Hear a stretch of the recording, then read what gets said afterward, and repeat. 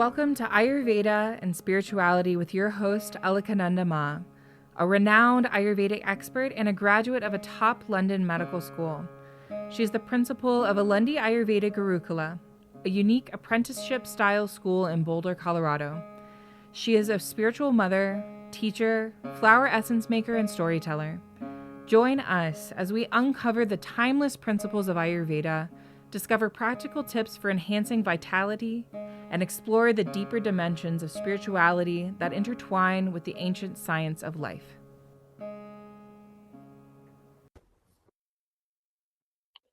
Hello.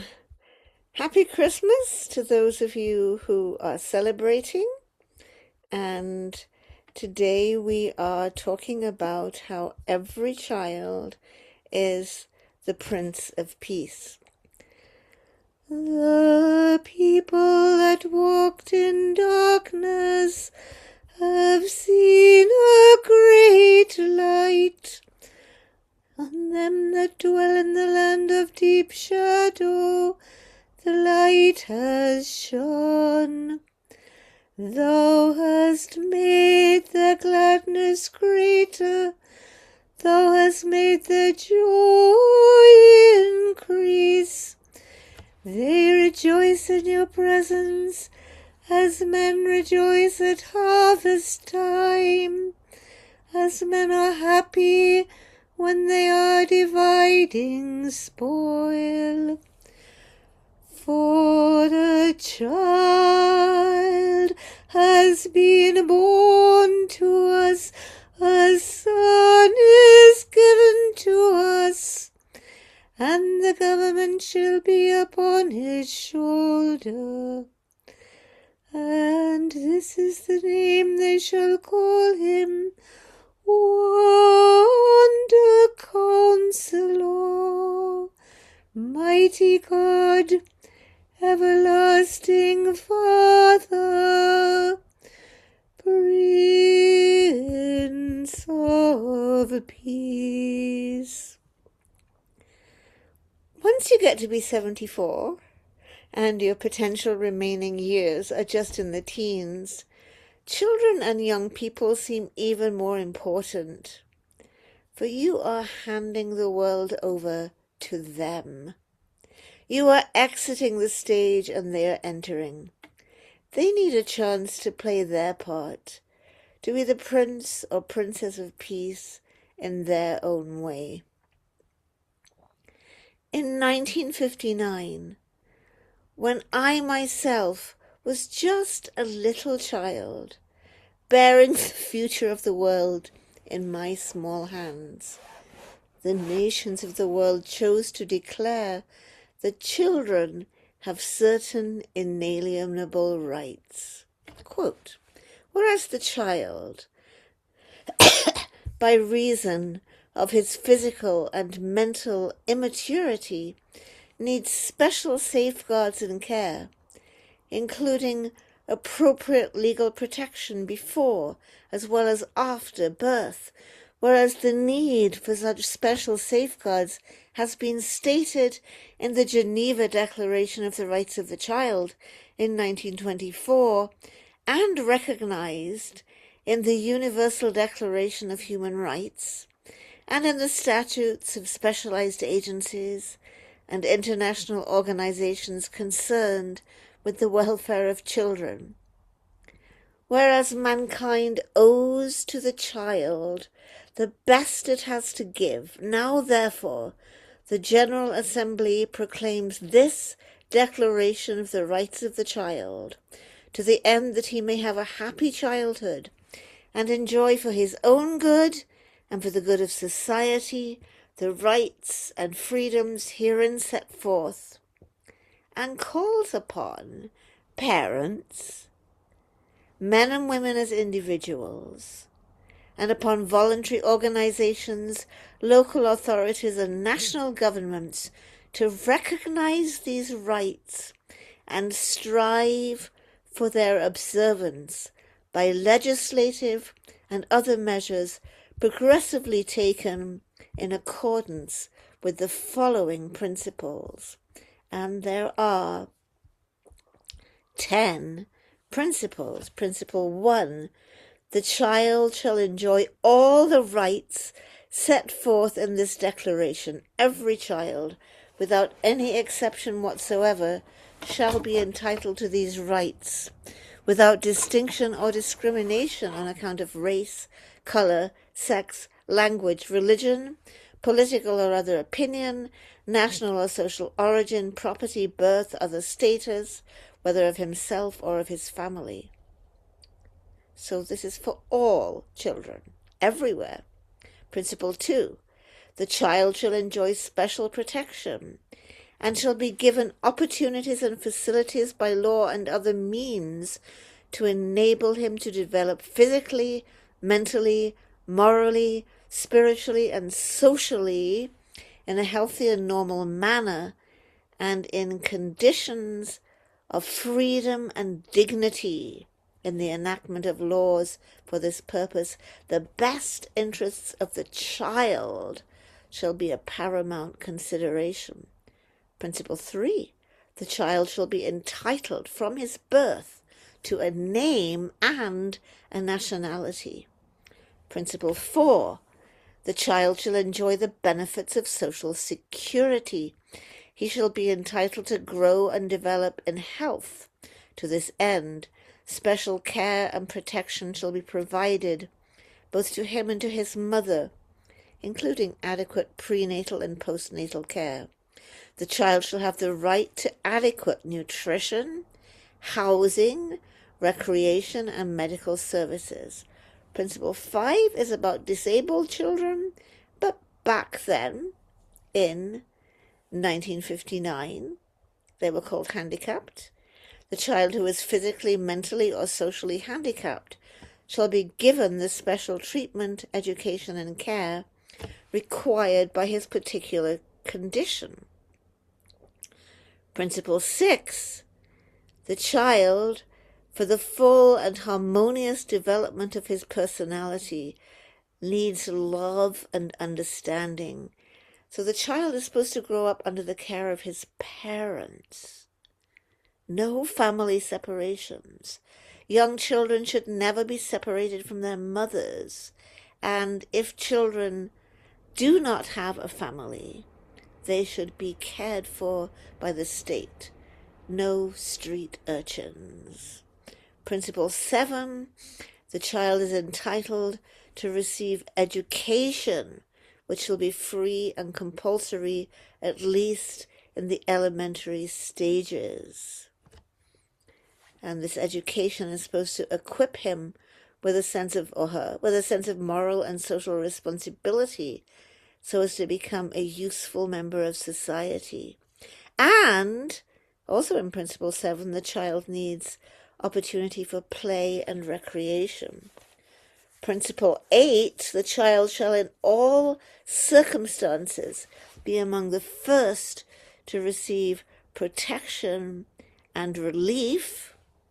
Principle 9, the child shall be protected against all forms of neglect, cruelty, and exploitation, and shall not be trafficked nor employed under the minimum age of employment, and not to go into any dangerous occupations. And Principle 10, the child shall be protected from practices which may foster racial, religious, or any other form of discrimination.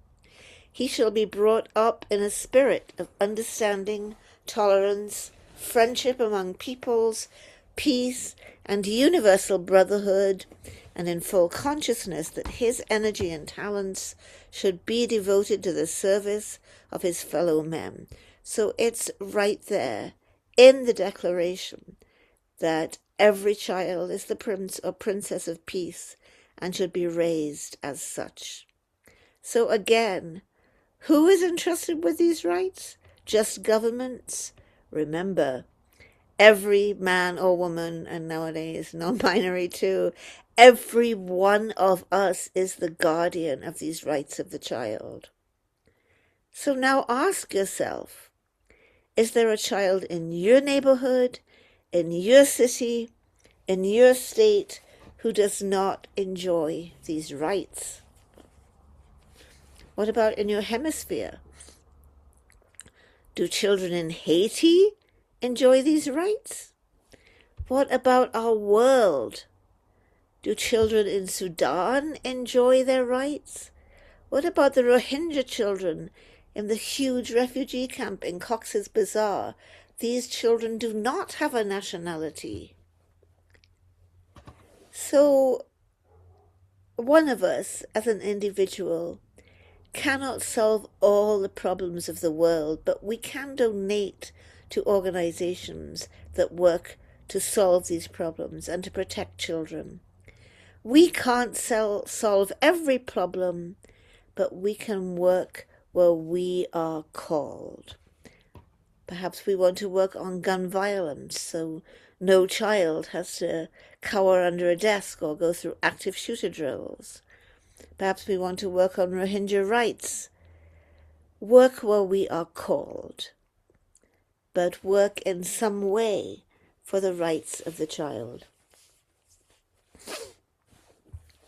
But now we have to ask ourselves one more hard question. Are we contributing to the problem? Are we contributing to the violation of the rights of the child? Are our government's policies contributing? Are our tax dollars contributing?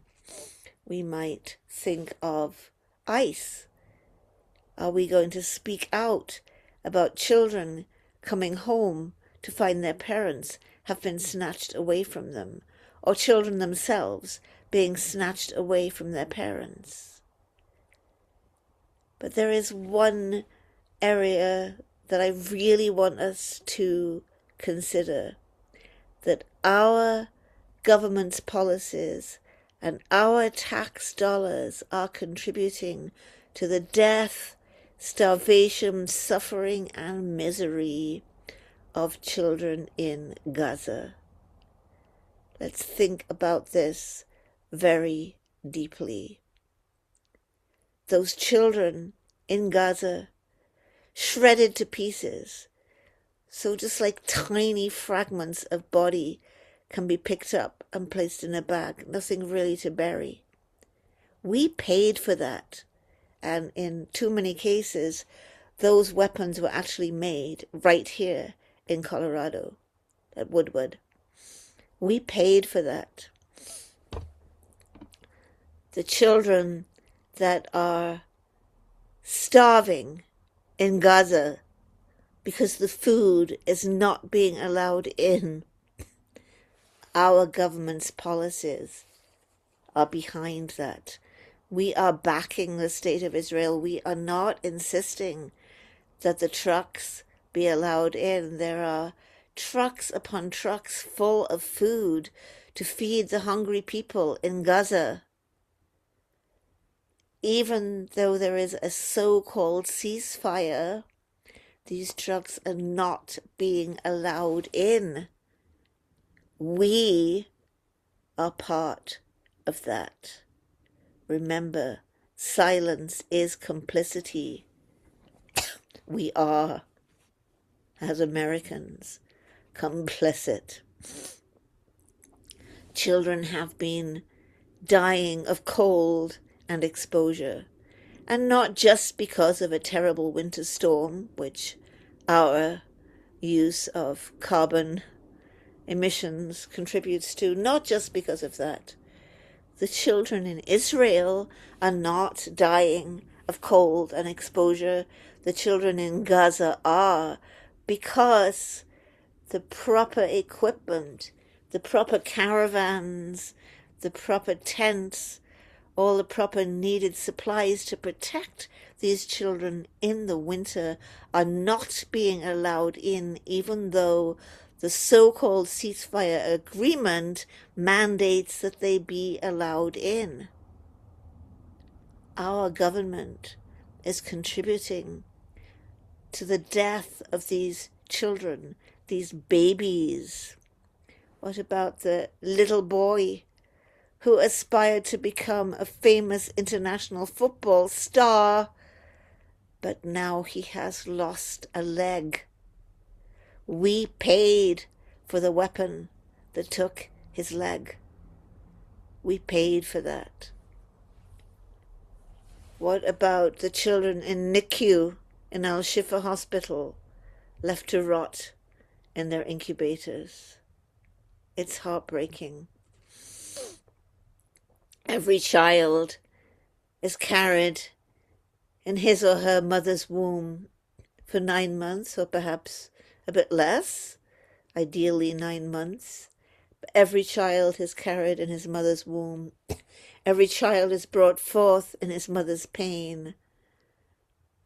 Every child is longed for, yearned for, wanted.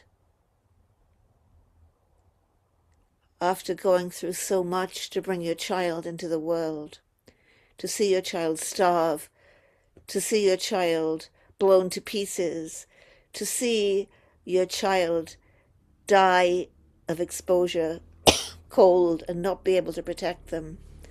How incredibly heartbreaking. If we are silent, we are complicit. If we are silent, we are a part of the problem. So we must raise our voices. And I know it's hard. It's hard to raise our voices because it seems that nobody will listen. We've been raising our voices and the churches won't listen. And Joe Neguse won't listen.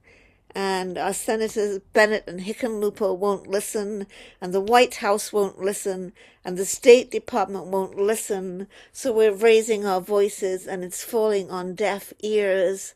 But we must raise our voices, because silence is complicity.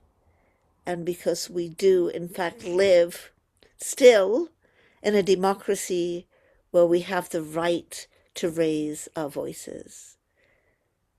So we must raise our voices.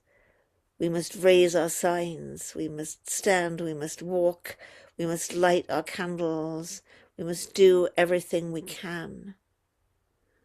For 13 long years, we struggled for Syria, for the freedom of Syria, and it seemed as if our voices were falling on deaf ears until they weren't, until Syria became free, and we knew we had played our own little part in that incredible development.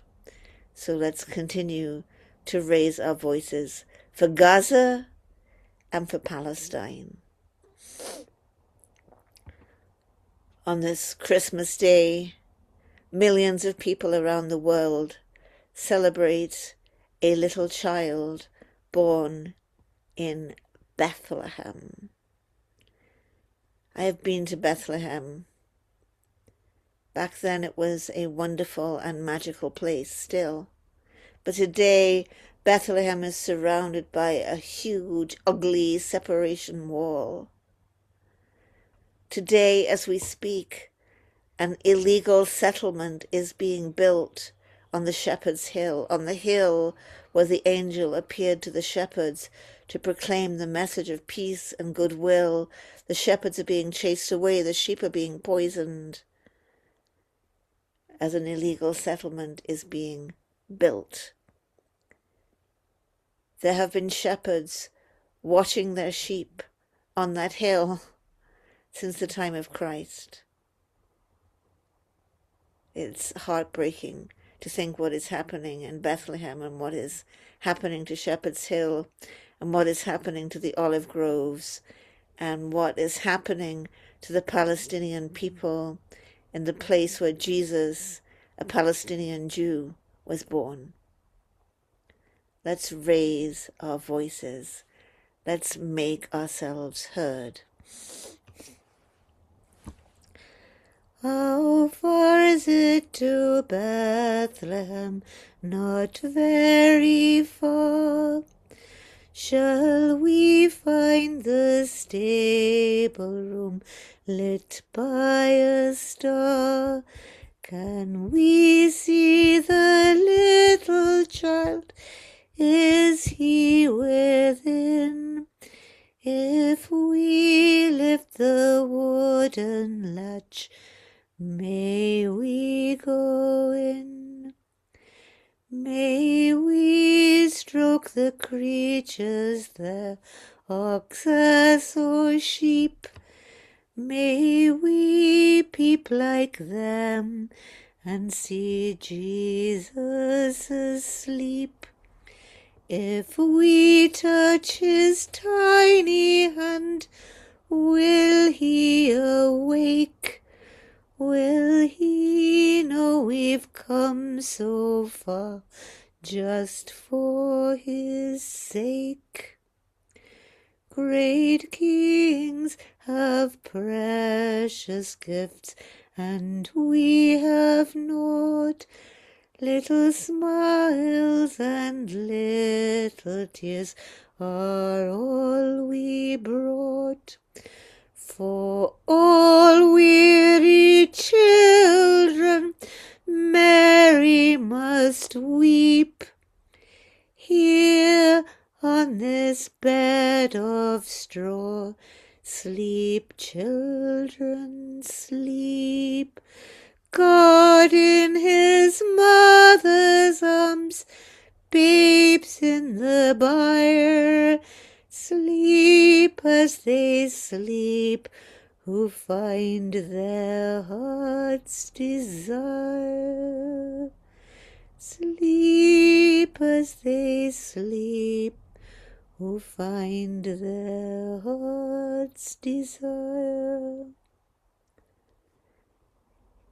For all weary children, Mary must weep. She has a lot of weeping to do today.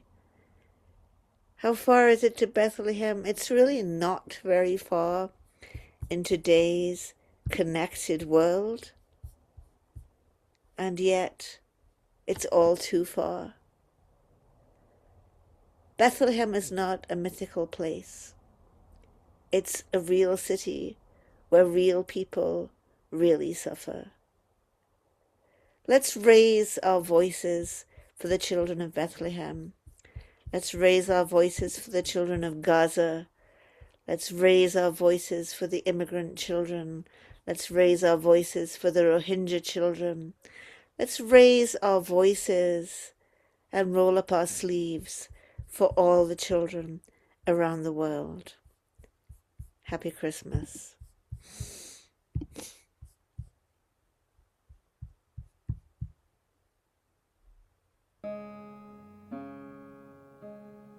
Thank you for tuning in to Ayurveda and Spirituality with Alakananda Ma. We hope today's exploration has ignited a spark of curiosity and insight within you. If you enjoyed this episode, be sure to leave us a 5-star review and share it with a friend. For more enlightening discussions and practical wisdom on Ayurveda and spirituality, subscribe and join our Facebook group, Alundi Ayurveda. To allow us to continue sharing valuable content, consider donating to Alundi Ashram. The links will be in the show notes.